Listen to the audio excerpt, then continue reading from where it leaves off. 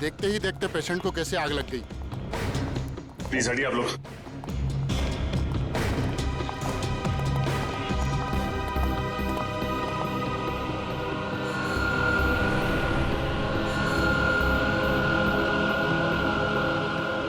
साहब, जिस वक्त ये आग लगी उस वक्त कोई और भी था कमरे में? नहीं सर, कोई नहीं था। मिस्टर अंश के बॉडीगार्ड बाहर ही पहरा दे रहे थे।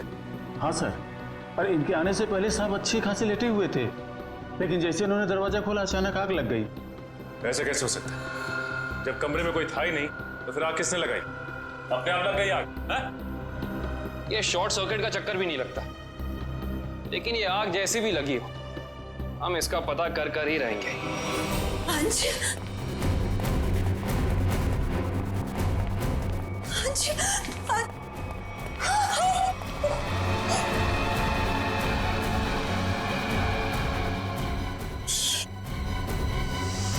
सर, मिस्टर अंश की वाइफ और बेटा। अंश को आग कैसे हो गया ये सब? पापा उठिए, पापा क्या हो गया आपको? पापा संभालिए अपने आप को। देखिए, थोड़े वक्त के लिए आप लोग बाहर कॉरिडोर में इंतजार कीजिए। पंकज प्लीज चलिए। पापा आइए। डॉक्टर साहब, अंश जी यहाँ कौन सी बीमारी का इलाज कराने के लिए एडमिट हुए थे? कल रात इन्हें फूड पॉइजनिंग की वजह से लाया गया था। इनके घर पार्टी थी, शायद कुछ उल्टा सीधा खा लिया होगा। अच्छा ये बताओ कि डॉक्टर साहब के इस कमरे में आने से पहले कोई और भी आया था इस कमरे में? हाँ सर, 2 लोग आए हुए थे। एक कमरे की साफ सफाई करने वाला और दूसरा बिस्तर की चादर बदलने वाली। ये अंश कुमार, इस अंश कुमार की कुंडली निकालनी होगी। जहां तक मुझे याद आता है कि बहुत सारे काले कारनामों में शामिल था।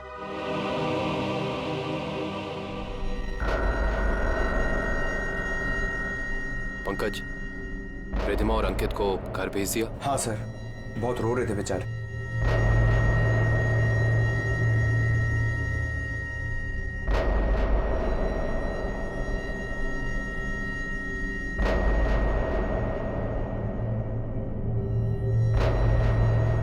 वैसे सालुंके साहब, आपको क्या लगता है आग किस वजह से लगी? मेरी बात छोड़ो सचिन, तुम बताओ, तुम लोगों को क्या लगता है भाई? सालुंके साहब, अगर हमें पता होता तो हम आपको क्यों बुलाते? देखा तारिका, इन लोगों ने तो हाथ खड़े कर दिए। अरे प्रद्युमन तो कहता था तुम लोग सुपर कॉप हो यार। सर, हम तो सिर्फ तहकीकात कर सकते हैं, अंदाजा लगा सकते हैं, लेकिन इस साइंस के मास्टर तो आप ही हैं ना। तो ठीक है, अंदाजा क्या लगाते हो वो अंदाजा ही बता दो यार। सर, हमें ऐसा लगता है कि ये चिंगारी लगाने वाला कोई इंसान नहीं, बल्कि कोई वस्तु, कोई चीज है। हो सकता है, देखते हैं।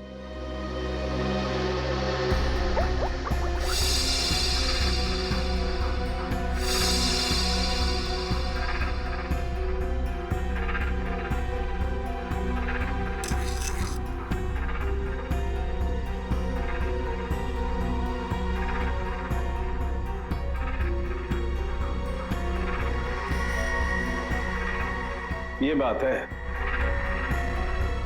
क्या बात है सर? अंश की इस चमड़ी के टुकड़े पर मुझे 2 किस्म के केमिकल मिले। एक का नाम कोजू और दूसरे का चिलिंगफी। कोजू और चिलिंगफी? ये केमिकल के नाम या कोई चाइनीज रेस्टोरेंट के? पंकज, मजाक नहीं। और ये दोनों केमिकल जब आपस में मिल जाते हैं तो एक तीसरा केमिकल बनता है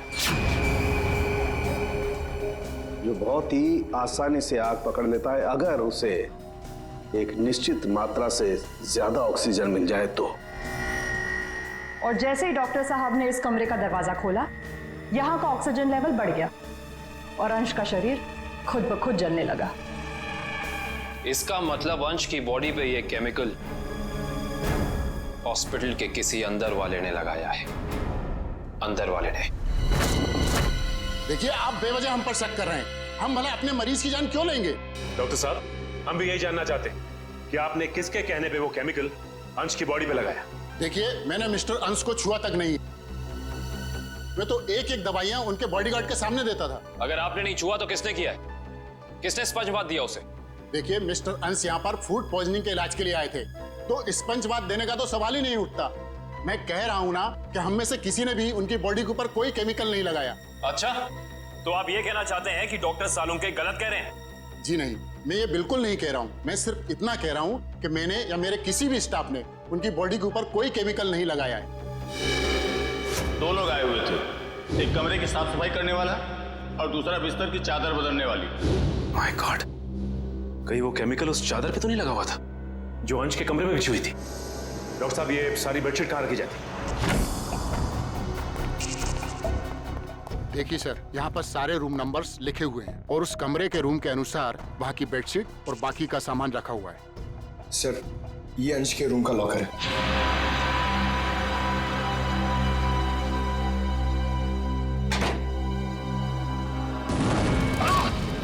ठीक हो तुम? बाहर जा, पुलिस पकड़े। फायर एक्सटिंग्विशर, जल्दी। फास्ट।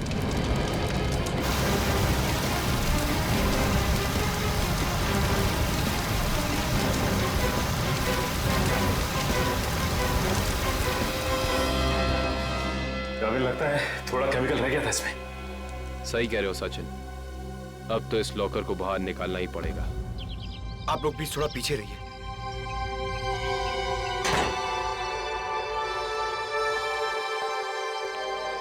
सर, प्लीज संभाल के।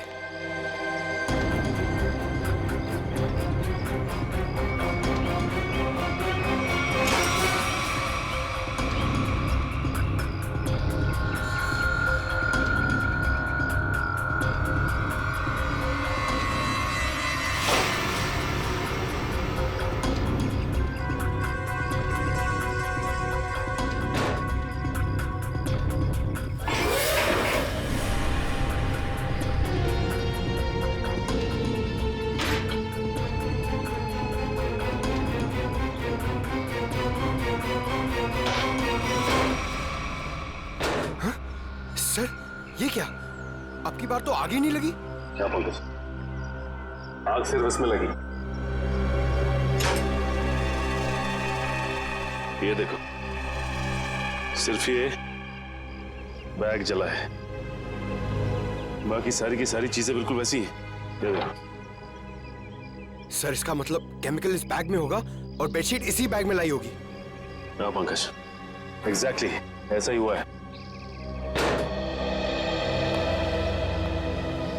डॉक्टर साहब, ये वही लेडी है ना जिन्होंने अंश के कमरे में वो चादर बिछाई थी? जी सर, शीला। मैंने कुछ नहीं किया सर। मैं इन केमिकल्स के बारे में जानती तक नहीं हूँ। ज्यादा भोली मत बनो। अंश के कमरे की चादर तुमने ही बदली थी ना? बदली थी, मगर क्या? एक औरत ने मुझे 50,000 रुपए दिए थे और कहा था अंश साहब के कमरे में ये चादर बदल देना। उसने आपको पैसे दिए और आपने पैसे ले लिए? हाँ? एक बार भी नहीं सोचा कि इसके पीछे उसका मकसद क्या है? मुझे क्या पता था साहब, कोई ऐसे तरीके निकालेगा किसी का खून करने के लिए। उसका चेहरा पहचानती हो? स्केच बनवा सकती हो उसका? नहीं, उसने अपना चेहरा दुपट्टे से ढक रखा था। चेहरा ढका था, लेकिन कुछ तो याद होगा, कुछ तो देखा होगा। हाँ, उसके दाहिने हाथ पर एक काला सा निशान था, यहाँ पर।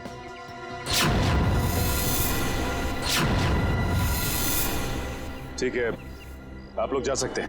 जी सर। अंश को फूड पॉइजनिंग हुई उसके घर पे, जिसके बाद वो हॉस्पिटल में एडमिट हुआ। और कमाल की बात है कि हॉस्पिटल में आने के बाद वो जल के मर गया। कुछ तो गड़बड़ है।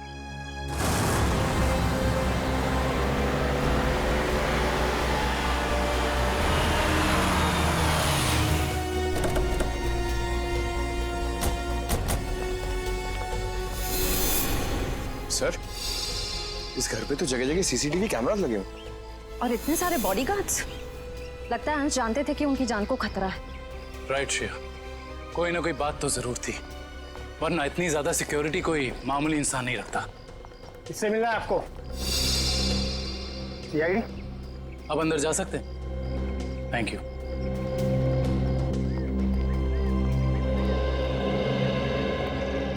सर, ये घर तो बड़ा आलीशान है। अंश बहुत पैसे वाला रहा होगा। जितना बड़ा आदमी उसके उतने ज्यादा दुश्मन।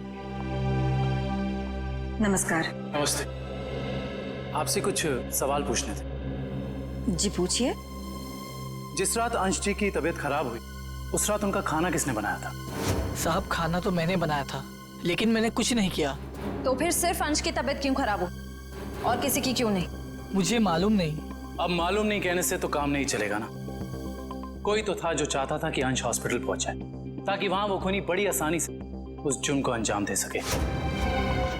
एनीवेज, हमें उस पार्टी की गेस्ट लिस्ट चाहिए थी। जी।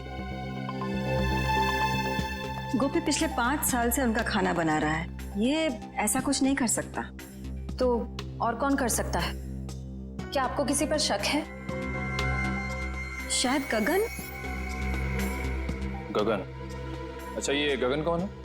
पापा का बिजनेस मैनेजर था। अभी कुछ दिन पहले उसे नौकरी से निकाल दिया था। पार्टी में गगन भी आया था? हाँ, मगर बिन बुलाए। हाँ साहब, गगन हो सकता है। उस दिन पार्टी में मैंने उसको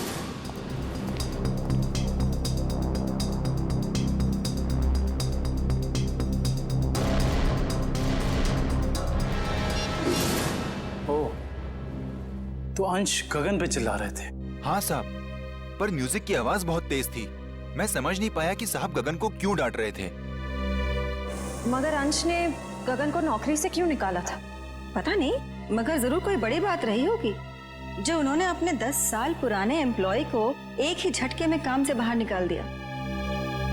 गगन को नौकरी से क्यों निकाल दिया था, इसका जवाब ढूंढना होगा। क्या अंशी की मौत हो गई है? जी हाँ, और हमें शक है कि उनकी मौत में आपके पति गगन का हाथ है। ये क्या कह रहे हैं आप? गगन अपनी जान दे सकते हैं, पर वो किसी की जान लेने की कभी सोच भी नहीं सकते। सोचा नहीं, बल्कि कर दिया।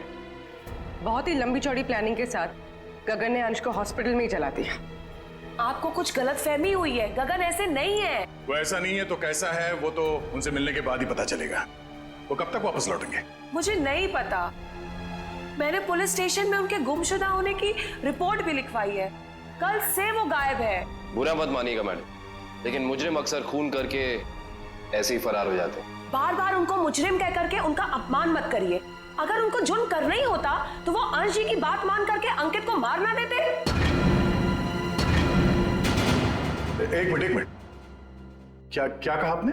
अंश जी ने गगन को अपने बेटे अंकित का खून करने का काम सौंपा था, पर गगन ने साफ इनकार कर दिया और इसी वजह से उन्होंने गगन को नौकरी से निकाल दिया। ओह, तो इस वजह से गगन को नौकरी से निकाल दिया गया। और कोई बाप अपने बेटे को मरवाना क्यों चाहेगा? सर नहीं सर, ऐसा नहीं हो सकता। आप प्लीज कह दीजिए झूठ है। मेरे पापा मुझे मारने की प्लानिंग कभी कर ही नहीं सकते। हम जानते हैं ये बात आप लोगों के लिए काफी धक्का पहुंचाने वाली है। गगन की पत्नी झूठ बोल रही है। अपने पति को बचाने के लिए कुछ भी मनगढ़ंत कहानी बना रही है वो। अंश जैसा पिता अपने इकलौते बेटे को मारने की कैसे सोच सकता है?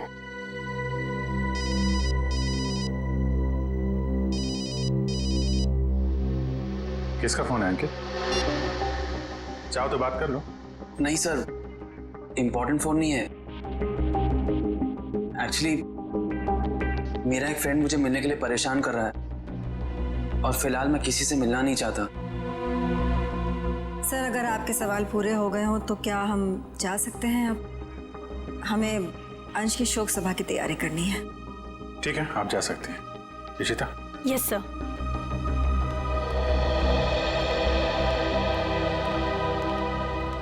सर, जब अंकित का फोन बज रहा था तब उसका रवैया कुछ अजीब सा नहीं हो गया? लग तो रहा था कुछ छुपा रहा है। नजर रखो इस पे।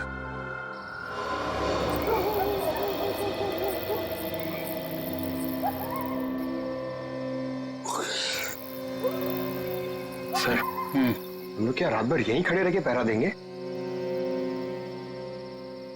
रात बहुत काम की चीज होती है पंकज।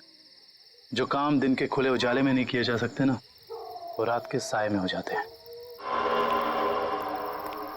सर, अंकित आ रहा है। आ नहीं रहा श्रेया, हमें ले जा रहा है अगले सुराग तक।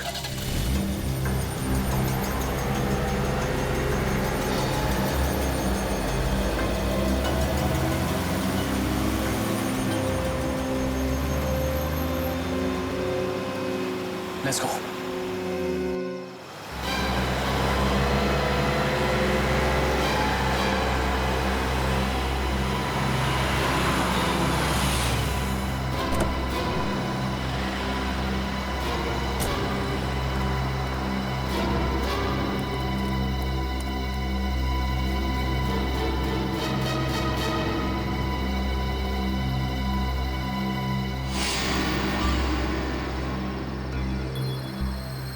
सर, ये इतनी रात को यहाँ ढाबे पे खाना खाने को आए हैं?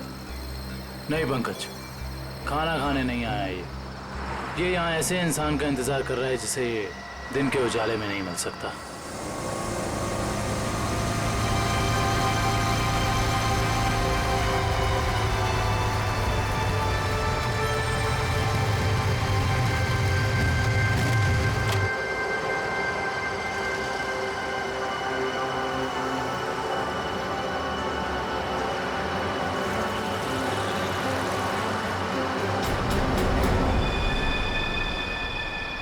सर, मैंने तो सोचा ये लड़का होगा, ये तो लड़की निकली।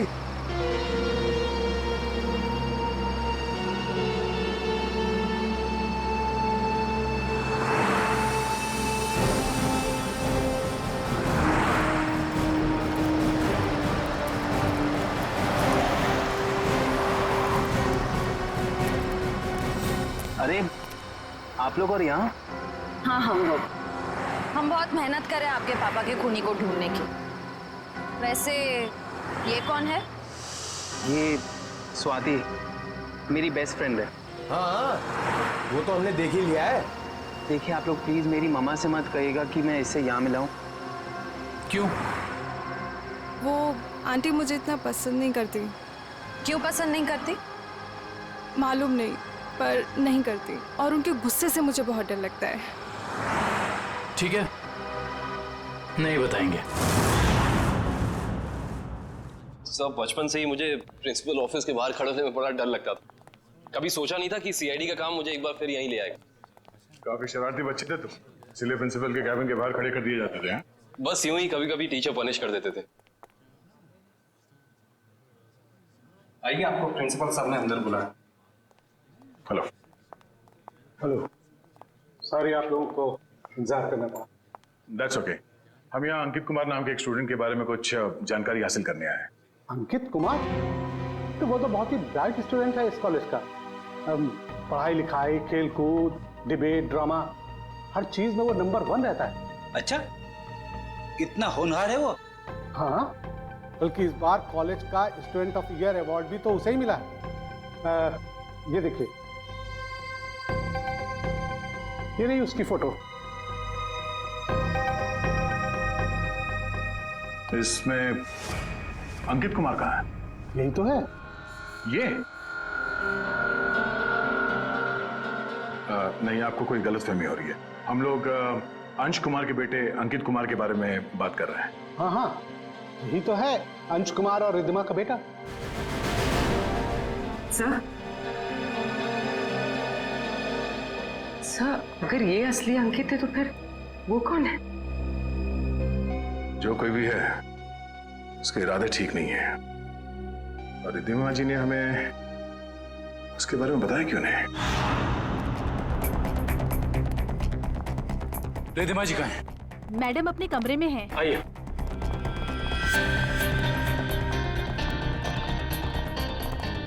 मैडम सीआईडी वाले आए हुए हैं। मैडम। रिद्धिमा जी।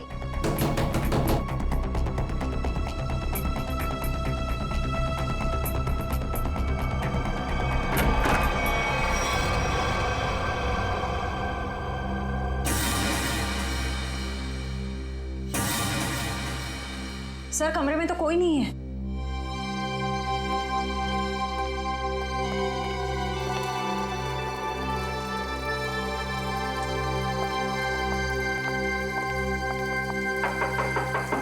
रिद्धिमा जी।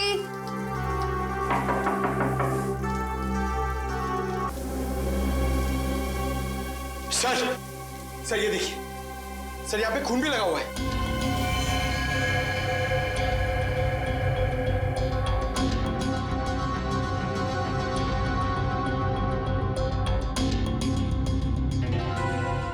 शायद रिधिमा जी का किडनैप हो गया है। इन टुकड़ों को देख के तो यही लगता है कि उनकी किडनैपर के साथ हाथापाई हुई होगी। अंकित कहाँ है? बुलाओ उसे। अंकित बाबा तो आज सुबह घर से बाहर चले गए हैं। निखिल, अंकित को फोन लगाओ। इस कमरे में इतना कुछ हो गया और किसी को भनक तक नहीं लगी। फायदा क्या घर में इतनी सिक्योरिटी का? अच्छा ये बताओ कि खिड़की के पीछे की तरफ भी कैमरा लगा है ना? जी सर। मुझे उसकी फुटेज देखनी है।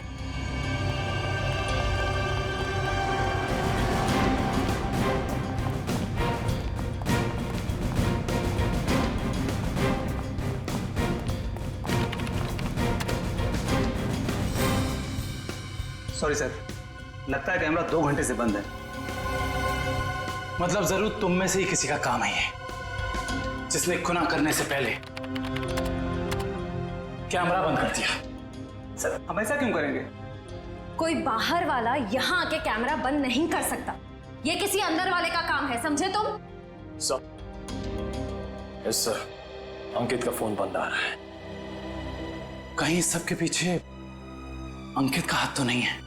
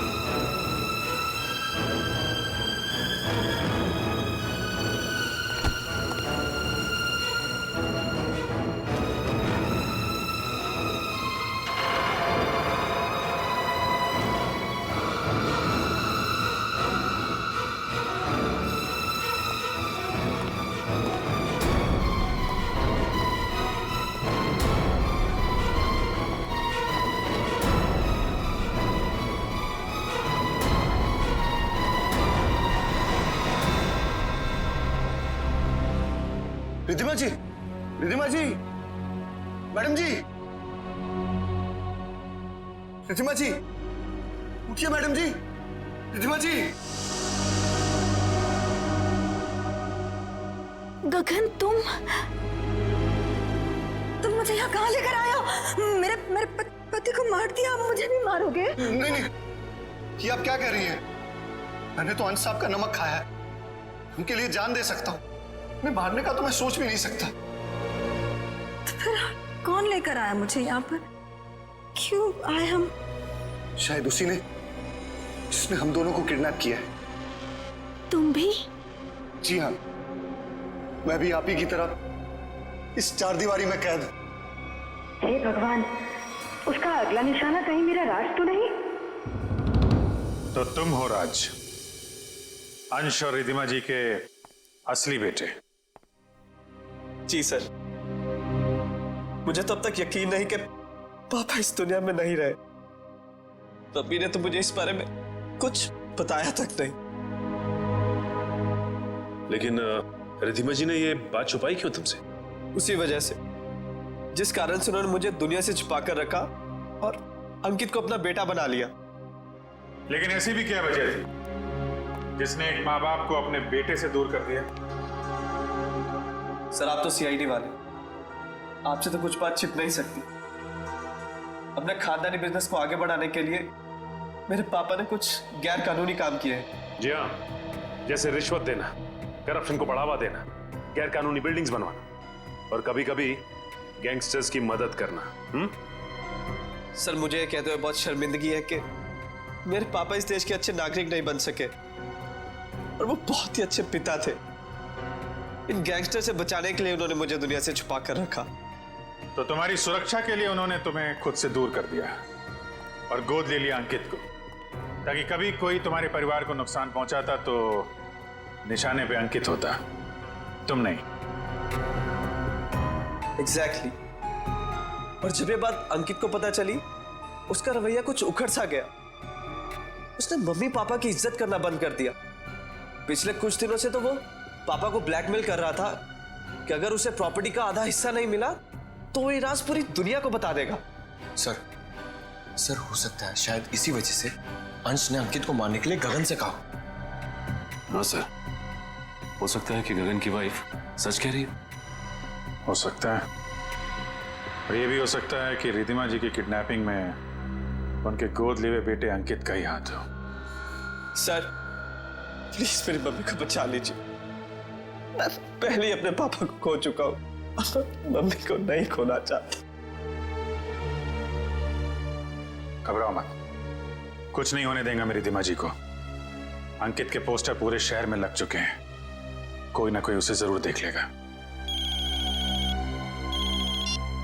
हेलो, कहाँ? चिंचोली क्रॉसिंग? आप कौन बोल रहे हैं? हेलो हेलो सर, गुमनाम कॉल आया, कह रहा था कि चिंचोली क्रॉसिंग पे मिलो, कुछ जरूरी बात करनी है। जरूरी बात करनी है? फिर तो मिलना पड़ेगा।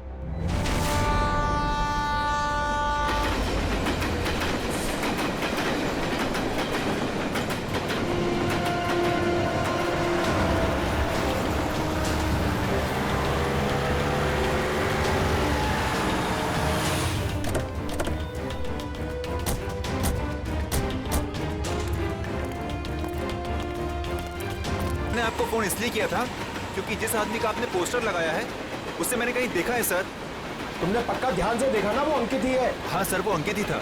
कहाँ देखा है उसे? सर अगर मैं आप लोगों को बताऊंगा तो कहीं मैं मुसीबत में न पड़ जाऊं सर। देखो तुम्हें कुछ नहीं होगा, तुम बताओ तुमने कहाँ देखा था अंकित को? सर मैंने उसे हसनपुरा की चौल में देखा था सर। हसनपुरा चौल?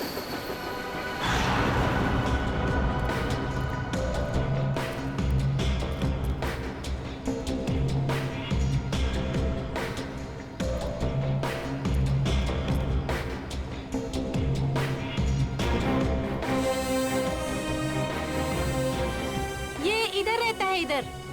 हाँ।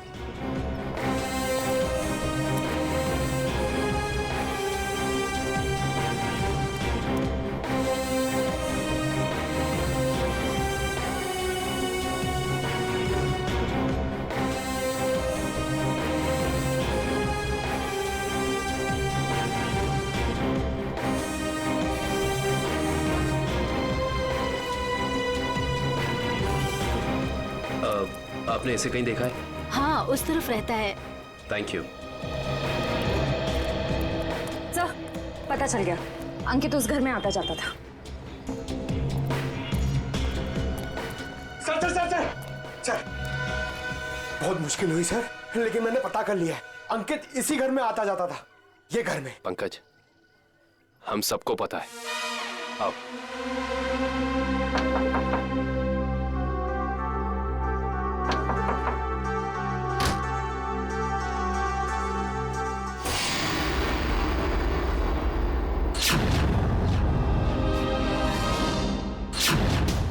आप लोग?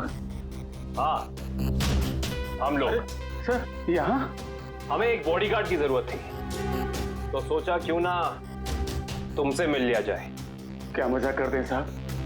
सीआईडी को कब से बॉडीगार्ड की जरूरत पड़ने लगी? जब से तुम जैसे बॉडीगार्ड गुनाह करने लग गए। जिस परिवार ने तुम्हें अपनी सुरक्षा के लिए रखा था, तुम उसे ही नुकसान पहुंचा रहे हो। ये क्या कह रहे हैं साहब आप? अंकित क्यों आता था यहाँ? अंकित बाबा यहाँ नहीं आए। हमसे झूठ बोलने का कोई फायदा नहीं है। सीआईडी से ना कोई बच सका है और ना बच पाएगा, इसलिए कह रहे हैं सब सच सच बता दो।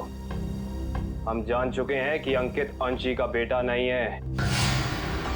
बताओ क्या सच है? बोलो क्या सच है? बताता हूँ। दरअसल में अंकित का असली बाप मैं हूँ। तुम? हाँ, अंश साहब मेरे बेटे को गोद लेना चाहते थे और मैं भी अपने बेटे के सुनहरे भविष्य के लिए उन्हें मना नहीं कर सका। मगर तुम्हारे अंकित ने जिस थाली में खाया उसी में छेद किया। पहले अंश को मार डाला, फिर रिद्धिमा को किडनैप कर लिया। नहीं साहब, मेरा बेटा ऐसा नहीं कर सकता। मैं उसे अच्छी तरह जानता हूँ। अगर ऐसा है तो हम अंकित को कुछ नहीं होने देंगे, लेकिन अब हमें साफ साफ बताओ ये अंकित हमें मिलेगा कहाँ? अंकित अपने दोस्त स्वाति के साथ है, ग्रीन सी लॉज में। ग्रीन सी लॉज।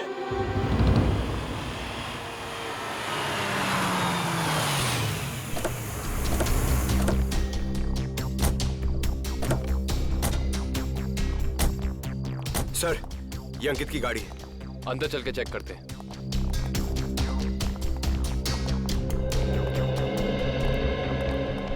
सीआईडी, उस सफेद गाड़ी में जो आए हैं वो कौन से कमरे में ठहरे हुए? Room number 113। Thank you. आओ।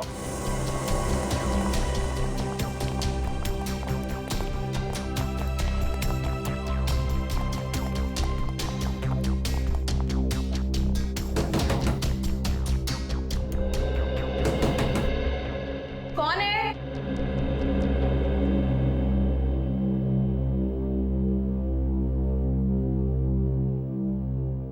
मैडम, हम रूम सर्विस से हैं। जरा खोलिए ना, चॉकलेट केक लाए हैं आपके लिए। मगर हमने तो केक नहीं मंगवाया। मैडम वो क्या है ना, हमारे होटल का 5वीं सालगिरह है, इसीलिए हम सबको चॉकलेट केक खिला रहे हैं। आप भी खाइए ना प्लीज। सीआईडी,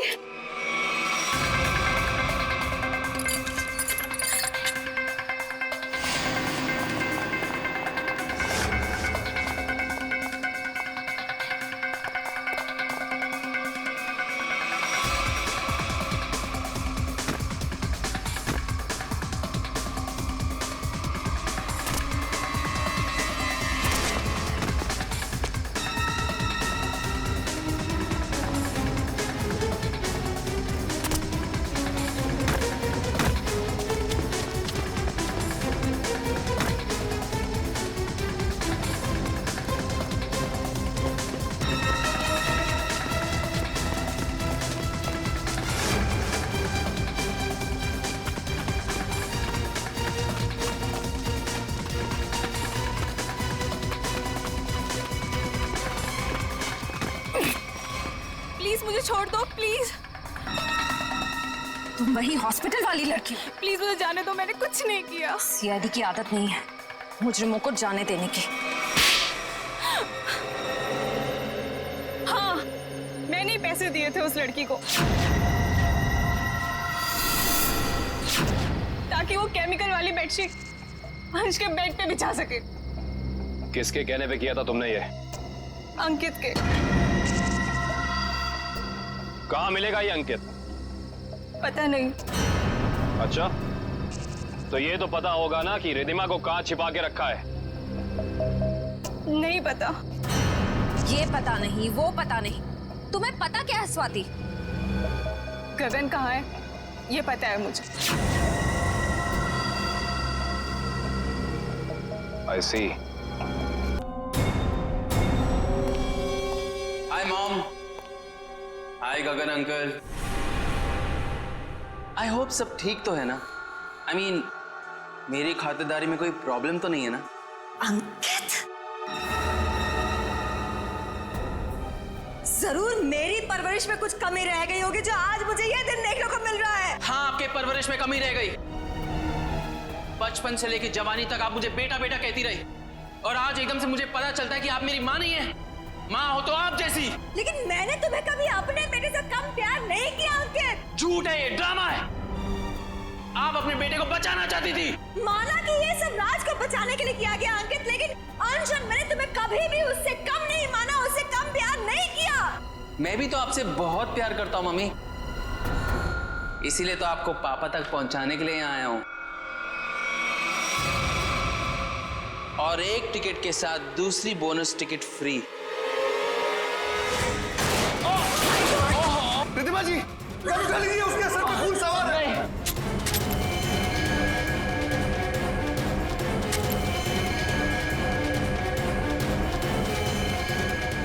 चलिए पकड़ो पकड़ो। अरे शूट करो ना, गोली चलाओ ना, तो वो मार डालेगा। नहीं प्लीज, अरे मारो उसे। प्लीज नहीं। मार डालेगा हमको, मारो।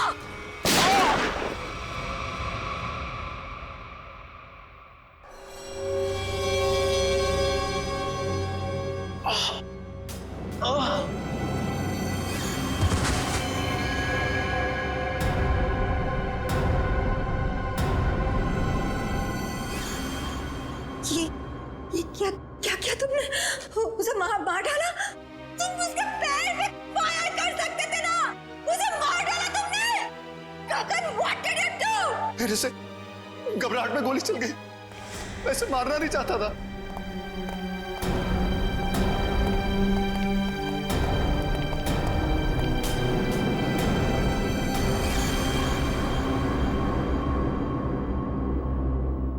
ये तो मर गया। क्या ये सब? हाँ? कैसे हुआ ये? मैं जैसे जानबूझ के नहीं मारा सर, मैं सिर्फ अपने आप को बचाना चाहता था। ये गगन सही कह रहा है, अगर हमने अपने बचाव के लिए इसे नहीं मारा होता तो ये हम दोनों को मार देता। हम समझ सकते हैं। श्रेया, इनके स्टेटमेंट रिकॉर्ड कर लो। आप लोग जाइए प्लीज इनके साथ में। चलिए।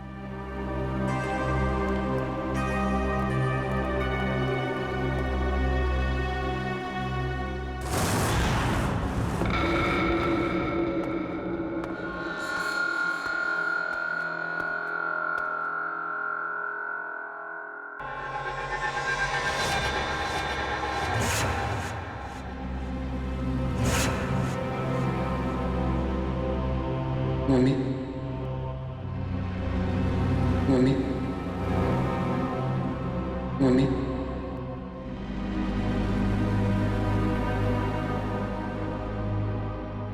मम्मी,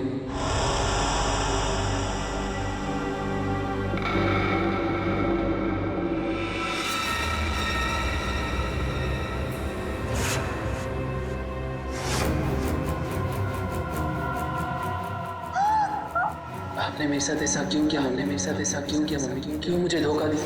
क्यों मुझे धोखा दिया? क्यों मुझे मार दिया? क्यों मुझे मार दिया? बोलिए मम्मी, जवाब दीजिए। बोलिए मम्मी, जवाब दीजिए। क्यों किया आपने ऐसा मेरे साथ? क्यों किया आपने ऐसा मेरे साथ? क्यों हमने बेटे को मार दी? क्यों हमने बेटे को मार दी? जवाब दीजिए मम्मी, जवाब दीजिए मम्मी। बोलिए आपने ऐसा क्यों किया? बोलिए आपने ऐसा क्यों किया? क्यों मुझे मारा? क्यों मुझे मारा? क्यों मुझे मारा? क्यों क्यों?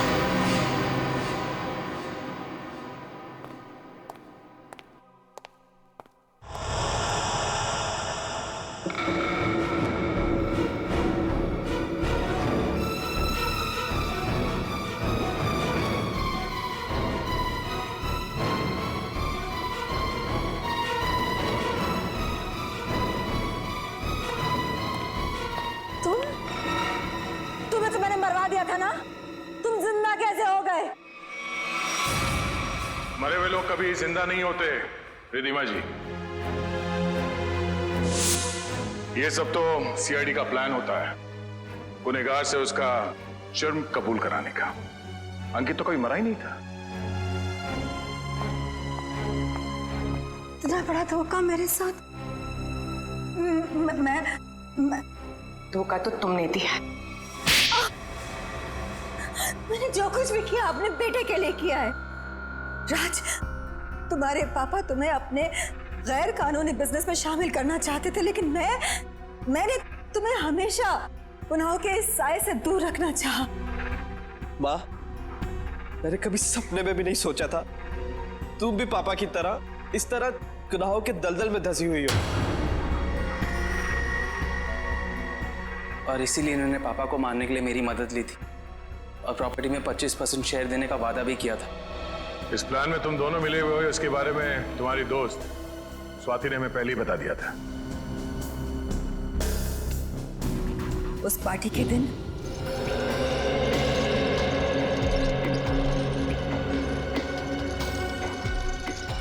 ओह माय गॉड, कितना ऑयली खाना लेकर जा रहे हो साहब के लिए? डॉक्टर ने परहेज के लिए कहा है ना। जाओ सैंडविच और जूस लेकर आओ, जाओ। मगर साहब ने? साहब तुम्हारे बॉस हैं, बट साहब की बॉस मैं हूँ।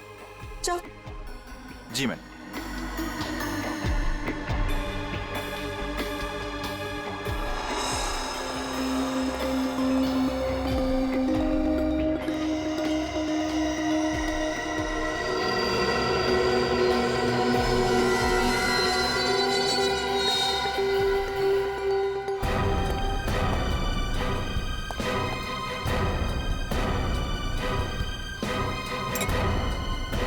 गुड, तुम जाओ, मैं साहब को खाना खिला दूंगी।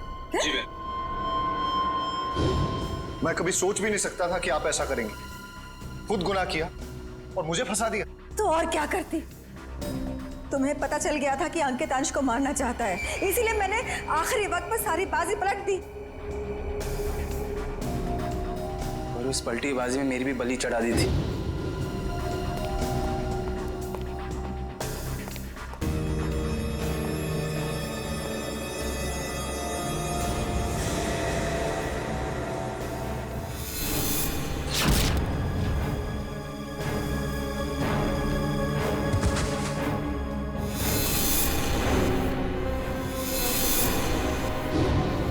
मुझे पता चला कि गगन को तो पूरी सच्चाई पता ही नहीं है। उसे तो यही नहीं पता कि अंश की मौत में मेरा हाथ है, इसलिए मैंने सारा इल्जाम अंकित पर डाल दिया। राज, मैंने ये सब तुम्हारे लिए किया बेटा। गुनाहों पे ममता की चादर ओढ़ देने से तुम्हारे पाप धुल नहीं जाएंगे मैडम। आप दोनों का फैसला अदालत करेगी, या तो फांसी होगी या फिर जिंदगी भर जेल।